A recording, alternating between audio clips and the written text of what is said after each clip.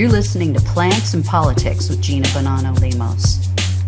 If you're ready to hear the truth about both sides of the aisle, what's really going on in America, and how big money interests prevent change to keep you sick, broke, and desperate, then play on.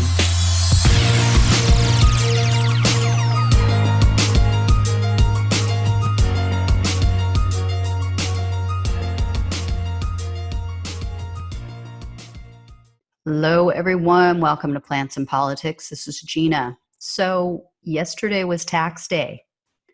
Did you file your taxes? You know who didn't? A lot of rich assholes. So Common Dreams just published a story, and it was kind of a follow-up on a ProPublica piece that was published, I believe, about a year ago or so. And it talks about, I'll give you the headline. The headline is CBO estimates $381 billion in annual unpaid taxes. So yes, that's right. Here in the US, we have $381 billion outstanding that is due from Americans. Now, some people would think that, well, this is a side effect of the coronavirus. This is just par for the course or what's going on. No, this has been going on. What ProPublica found and what this piece confirmed is that the richest, and this is a quote from the story. Actually, this was a quote from Senator Sanders, who was commenting on this and just outraged by it. So he said, the richest 1% is responsible for 70% of all unpaid taxes. Congress is leaving hundreds of billions of dollars in taxes uncollected from the wealthy. So yeah, this is not people who can't afford it. This is not people who have fallen on hard times because of the coronavirus. This has been going on for quite a while. So the CBO, they put out an analysis on Wednesday of this past week, and they found that because of huge Internal Revenue Service budget cuts and staff reductions over the last decade, so this is not just under the Trump administration, this has been going on for a while. Because of these massive reductions in the budget and staff, it's resulted in, quote, a sharp decline in examination and enforcement of tax underpayment and avoidance. Here's another quote from the piece. Enforcement activity for many high-income non-filers has been reduced to a series of notices. So these people aren't like filing their tax returns and then not paying. They're not even filing. These are wealthy people, very wealthy people, who are not even bothering to file their tax returns. So here's what the CBO report basically found. And CBO, for anybody listening who doesn't know, it's Congressional Budget Office. They found that the IRS audits poor Americans at roughly the same rate as the top 1%.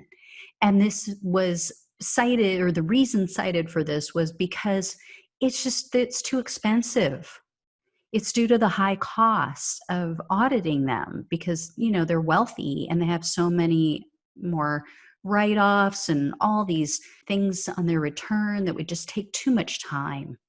So in this piece, Senator Sanders was actually quoted quite a bit. He also said that the IRS examination rate for the largest corporations, those with 20 billion or more in assets, dropped by about half from 2010 to 2018. Quote, the wealthiest taxpayers with more than 1 million in income saw their audit rate cut by 63% during the same time period.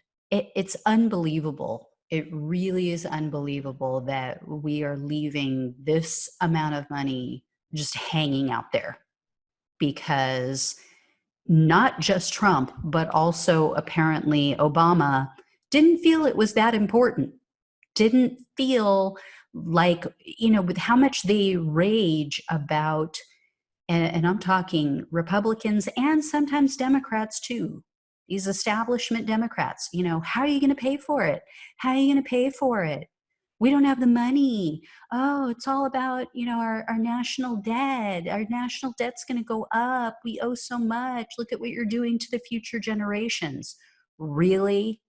Really? So, would it be worth it? Is the question. Would it be worth it for them to invest the resources into this? Well, Senator Sanders touched on that as well. And he said, for every dollar we invest in getting the IRS the staffing and resources it needs, we get back $3 in unpaid taxes, a 3-to-1 return. In fact, here's how he broke it down. He explained that if we could get back that $381 billion, here's what we could pay for with that money. We could fund tuition-free college for all, eliminate child hunger, provide clean drinking water for every U.S. household, build 500,000 affordable housing units, provide masks to all citizens, produce and provide protective gear and medical supplies to all of our health workers, which we obviously really need right now, and fully fund the U.S. Postal Service. So the fact that they are not doing this is obscene. It is absolutely obscene, especially right now. We had the jobs report came out, or the unemployment report, I should say, and what they found was in last week, the week ending July 11th, there were an additional 1.3 million people in the United States who filed for unemployment. So what they're saying is that even though some people are being hired, others are being fired, others are being let go. And overall, we've had, some have gone back to work, but overall, we've had about 51 million Americans file for unemployment since the beginning of this pandemic disaster. On top of that, all of those people who, some of course didn't have jobs that provided health care, but millions of them did, and they've lost their health care. They have completely lost their health care. So in the middle of this pandemic, in the middle of Great Depression era calamity, where, it just came out too this past week that 32% of all Americans did not make a full house payment in July. 32% could only make a partial payment. 19% made no payment at all. None. And we're talking about reopening the country with cases spiking, with many states posting record highs in single day diagnosis of the virus. And we've got people who can't afford medications. They can't afford to go to the doctor. They can't afford coronavirus treatment. I mean, even if they're lucky enough to get tested for free, our government still isn't covering the treatment. And if you don't have insurance to cover any of it, you're screwed. You're completely screwed. I mean, even before this nightmare began, studies showed that most Americans could not even afford a $400 surprise bill. $400 would break their backs and send them over the edge financially. But yet you've got Ivanka Trump, nepotism Barbie, who's never had to seriously work a hard day in her entire silver spoon existence, telling people, going out there in an ad, telling people, try something new.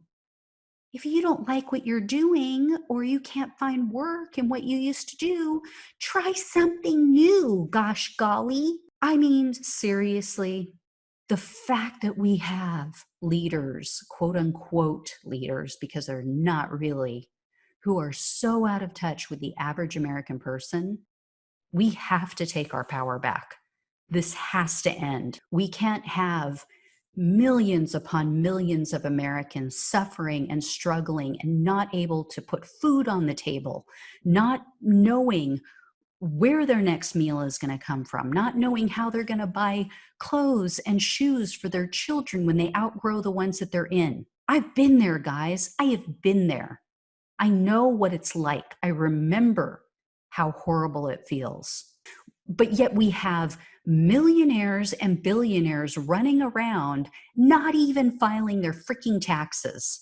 But yet they're the first ones to tell you that if you don't like it here, go back to where you came from, or, you must hate America because you dared to take a knee about police brutality. Give me a freaking break. These people are the ones who clearly don't love America. These are the tax dodgers who don't care to make our country great. Because if they did, they'd pay their fair share. And that is my answer, and that has been my answer for years. Every time somebody says, we can't pay for it, I'm so sick of hearing that BS. So sick of it. If the wealthy in this country actually paid what they owed, everyone could prosper. Everyone would have health insurance. Everyone would have what they need. But they're selfish, self-centered, self-serving assholes. So sorry for the rant, guys, but it just pisses me off. I'm going to take a deep breath. Take a deep breath with me. Let's breathe in, hold it, and let it out. Okay, we're calm now. All right, so as always, like, share, subscribe, all that good stuff. And I will talk to you guys soon with hopefully some better news than this. All right, bye, guys. Thanks for listening to Plants and Politics. The only way we can take our country and power back is to spread the truth and build an army. So remember to like, follow, subscribe, and share on Facebook, YouTube, and wherever you listen to your podcasts. Thanks again.